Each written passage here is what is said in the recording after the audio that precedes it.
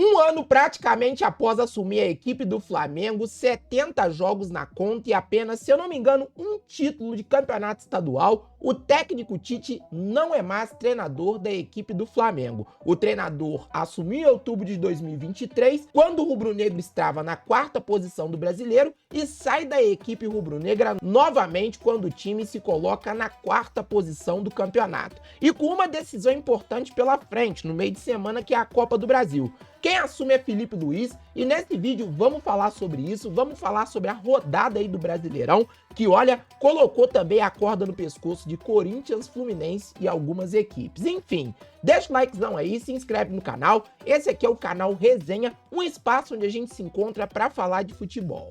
Fim da era Tite no Flamengo, rapaziada. Eu acho que para grande parte da torcida rubro-negra e quem acompanha futebol, eu nem acho que isso é uma notícia que ela seria uma novidade, até porque ontem, novamente, o Flamengo entrou em campo, dessa vez pelo Campeonato Brasileiro, ganhou de 1-0 do Atlético Paranaense, numa partida que eu vou ser bem sincero pra vocês, ela foi uma partida bem perigosa pro Flamengo. Se a gente parar pra analisar, o Flamengo criou muito, criou, mas novamente voltou a não marcar. E tornou-se uma partida perigosa, até porque em alguns contra-ataques do Atlético Paranaense, praticamente ali, deixando a defesa exposta, o Flamengo quase levou o gol. Pra sorte do Flamengo, Gerson, depois de um lindo cruzamento com a perna contrária que o Wesley acertou, e o Gerson, diga-se de passagem aí, vem merecendo as convocações, inclusive tem jogado bastante bola, acabou marcando ali aos 44 do segundo tempo o gol do triunfo da equipe da Gávea. E assim, galera, a torcida vaiou bastante,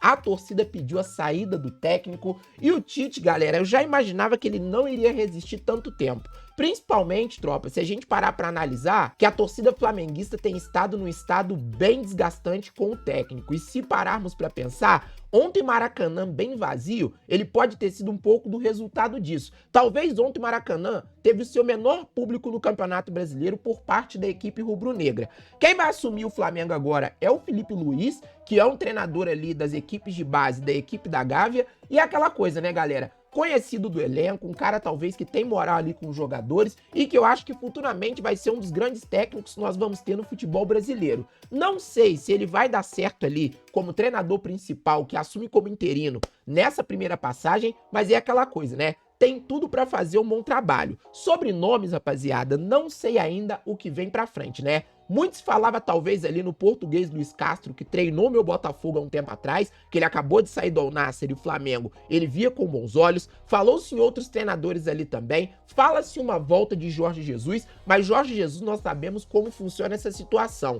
Eu só acredito na volta do Jorge Jesus vendo, com contrato assinado, porque a novela a gente já conhece como funciona. E no mais, rapaziada, o Tite, pela parte que eu entendi aqui, foram aproximadamente 70 jogos com o Flamengo, ele teve um aproveitamento ali de pouco mais de 64% das partidas, o que se a gente parar para analisar é até bem baixo, né? Ele deixa o Flamengo prestes a uma decisão, que é a da Copa do Brasil, mas eu acho que o Flamengo, independente de ser uma decisão ali que o Flamengo vai estar sem um treinador de fato, eu acho que o Flamengo ainda entra como favorito, né? Pois o Corinthians é o adversário e é aquela coisa, o Corinthians, apesar de também ter se movimentado bem na janela, a gente não sabe até que ponto a gente pode confiar nesse Corinthians. E diga-se de passagem, ontem entrou em campo no Mané Garrincha, em Brasília, e olha só, galera, até que eu acho que o Corinthians fez uma partida boa, e eu acho que apesar do 3-1 do São Paulo, o São Paulo não apresentou esse volume necessariamente de jogo para poder fazer um placar elástico, o que espanta muito a quem assiste o jogo,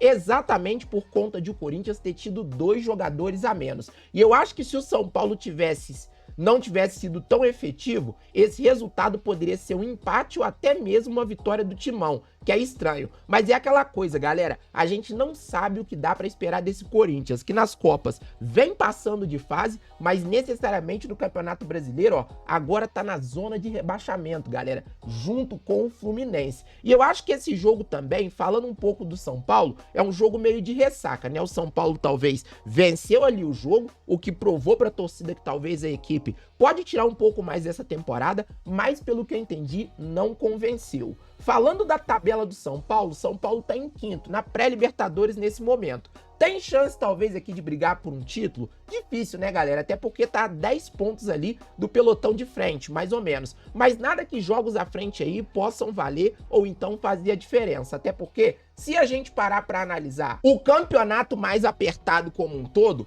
pode ser que o tricolor paulista, estando apenas na competição nacional, tire vantagem disso a nível geral, a nível de jogos que ele pode vir a ganhar e outras equipes se preocupando com outras competições de mata-mata. E quem entrou em campo ontem foi o Cruzeiro também, que tomou 1-0 do Vasco e acabou empatando ali a partida por 1-1. Para a Raposa, tropa, não foi um resultado tão bom, pois assim como o Flamengo precisava muito do resultado para poder não descolar desse pelotão de elite, né, do pelotão de frente do campeonato, e agora ver um pouco mais distante a luta tanto pelo título quanto pela Libertadores. Já o Vasco, galera, se estabilizou de vez aqui no meio da tabela e agora é só pensar nas zonas acima, principalmente nessa briga pela pré. E uma equipe que também conseguiu uma vitória importante, meus amigos, foi o Bahia, rapaziada. Entrou ontem na Fonte Nova com a missão de jogar contra o Criciúma, que vinha embalada aí de uma partida atrasada, que jogou contra o Grêmio e venceu fora de casa, só que a equipe baiana marcou um golaço com o Cauli. Eu não cheguei a ver o jogo, tá, tropa? Mas eu vi que foi um golaço que o Cauli fez, e foi 1-0,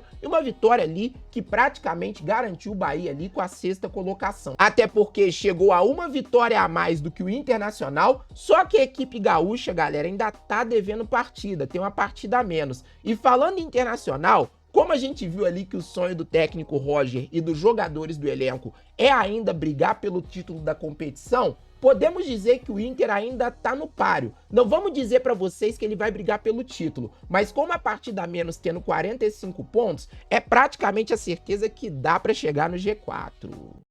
E a vitória de ontem numa partida que começou às 6h30, meus amigos, colocou o Vitória novamente na zona de risco. A equipe baiana que estava conseguindo se livrar ali da degola, agora acaba empatando em número de pontos com o Timão e fica ali a uma posição do decesso. Mas é aquela coisa, né, galera? A equipe do Bahia... Mas o grande critério de desempate aqui entre Vitória e Corinthians é o número de vitórias da equipe do Vitória, que tem 2 vitórias a mais. E isso, galera, numa briga que a gente sabe que cada ponto faz diferença, critério de desempate, então, é algo que é absurdo. As equipes que, inclusive, estão na zona da degola, rapaziada, ó, o Fluminense é o que tem mais vitórias, ele tem 7 ao todo. Mas e o Flu entre colores? Ontem eu vi a partida do Fluminense junto com a Júlia e olha, meus amigos, eu vou falar pra vocês, que disputa pra ver quem era o pior time em campo, eu vou ser muito sincero. Se o Atlético Goianiense já tá rebaixado, eu fiquei com medo do que eu vi da equipe tricolor carioca ontem, que jogou um futebol feio, ruim, muito burocrático. Em alguns momentos, o Atlético Goianiense chegou a ser superior ao Fluminense. Tivemos a polêmica da bola que saiu. Dentro do meu ver, aquela bola saiu e muita gente acredita, principalmente os comentaristas de arbitragem, que a bola não saiu. Mas é aquela coisa, né, rapaziada? O jogo tá encerrado, foi 1-0 pro Atlético Goianiense e a única coisa da partida que eu me lembro, rapaziada, é do Germancano com aquele celular na mão. Será que isso vai dar algum problema pro argentino? Até porque a interferência externa de aparelhos eletrônicos, vocês sabem que ela é totalmente proibida dentro do futebol. Falando de empates, meus amigos, o meu Botafogo entrou em campo no Mané Garrincha contra o Grêmio. Eu admito pra vocês que não foi uma partida feliz do Botafogo. Botafogo teve um gol anulado, que foi anulado legalmente, né? Foi um gol que de fato estava impedido. E a equipe do Grêmio, meus amigos, chegou a alguns momentos a estar jogando muito mais bola que a equipe do Botafogo. Aí a gente não sabe se é um desgaste da equipe carioca devido à maratona de jogos, devido ao grande esforço que fez contra o São Paulo no meio de semana, ou se realmente a equipe do Grêmio está apresentando uma melhoria no campeonato. Mas o 0-0, sem sombra de dúvidas, para o Grêmio, mesmo a partida sendo no Mané Garrincha, meus amigos, fez muito bem para o tricolor gaúcho, que chegou a 32 pontos e vai se afastando da zona de decesso do Campeonato Brasileiro. Já o Botafogo viu a diferença que era de 3 pontos, cair para 1 ponto para o Palmeiras e cair para 2 pontos para o Fortaleza, que também fez o dever de casa. Venceu ontem às 4 horas o Cuiabá e chegou ali a 55 pontos na competição nacional, sendo que as 3 equipes, Palmeiras, Botafogo e Fortaleza, elas têm o mesmo número de jogos disputados. E continuando falando dessa situação de empate, meus amigos, falando de um empate muito ruim, foi outra partida que eu também assisti no dia de ontem. Diga-se de passagem, eu assisti o segundo tempo dela. Mas assim, meus amigos, Juventude e Bragantino talvez fez um dos confrontos também mais sonolentos da rodada. Jogaram no Jacone, ficaram no 1-1, as duas equipes ali estão no meio da tabela com a mesma quantidade de pontos. E diga-se de passagem, meus amigos, as duas equipes ali jogam futebol também muito burocrático. E pra gente fechar essa análise detalhada da 28ª rodada, vamos falar do jogo que abriu essa 28ª rodada. Palmeiras e Atlético Mineiro. Uma vitória da equipe alviverde jogando no brinco de ouro contra a equipe do Atlético Mineiro. Atlético Mineiro, que diga-se de passagem, tem horas que não dá pra entender, fez uma partida horrível. Se você parar pra analisar, o jogo foi muito abaixo da média de grandes jogadores que temos nesse elenco. É como eu digo pra vocês sempre, não dá pra explicar o Atlético bem nas Copas e não conseguindo desempenhar um futebol bom no Campeonato Brasileiro. Tem horas que eu acho que a equipe tá indo muito além do futebol que tá apresentando. Mas enfim, conseguiu fazer um golaço ali com o Hulk, um golaço de falta, mas levou 2 gols de pênalti do Palmeiras. E diga-se de passagem, pênaltis polêmicos, né, rapaziada? Até porque, sendo muito franco com vocês assim, sendo muito franco com vocês, mesmo que o Palmeiras tenha jogado muito mais bola do que o Atlético Mineiro e acabou meio que tendo o mérito disso de uma vitória, eu acho que nenhum dos dois pênaltis, uma arbitragem que fosse um pouco mais séria, daria. Sendo muito franco com vocês. E assim, galera, a arbitragem do jogo Botafogo e Grêmio e do Palmeiras e Atlético Mineiro, diga-se de passagem, foi muito ruim. A do Botafogo e Grêmio, inclusive, foi a pior da rodada. E depois dessa rodada, galera, a gente entra em mais uma maratona até uma próxima data FIFA. Pra vocês terem ideia, a próxima rodada, que é a 29ª, ela começa já na quinta-feira. Ela foi dividida em 3 dias, né? Vai ter jogo quinta, sexta e sábado, exatamente porque as eleições municipais acontecem no próximo final de semana e a gente tem Copa do Brasil no meio de semana, que também já teve polêmica. O presidente do Vasco, Pedrinho, e o presidente do Corinthians já falaram com a imprensa sobre a insatisfação com a escolha ali das datas, de horários e mandos de jogos da Copa do Brasil, né? O Vasco se sentiu prejudicado e a equipe do Corinthians também, sendo que Flamengo e Atlético Mineiro, os dois ali estão disputando ou estavam disputando outras competições. Assim, eu ainda não tenho opinião sobre isso, mas eu ainda acho que o grande culpado de tudo que vem acontecendo de bagunça, de arbitragem, calendário, entre outros, é pura culpa da CBF, tá? E temos muitos problemas aí adiante, pois, por exemplo, se o Botafogo for a final da Copa Libertadores da América,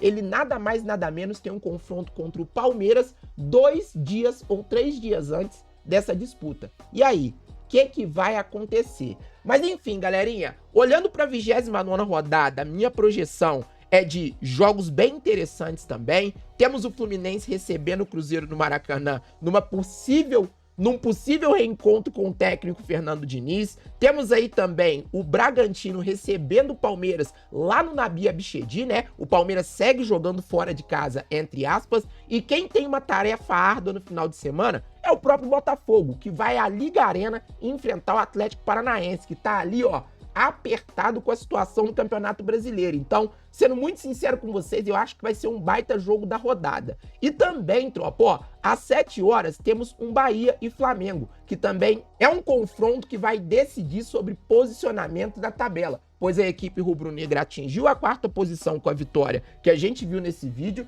e ainda por cima o Bahia depende de vencer esse jogo jogando em casa para poder encostar no G4.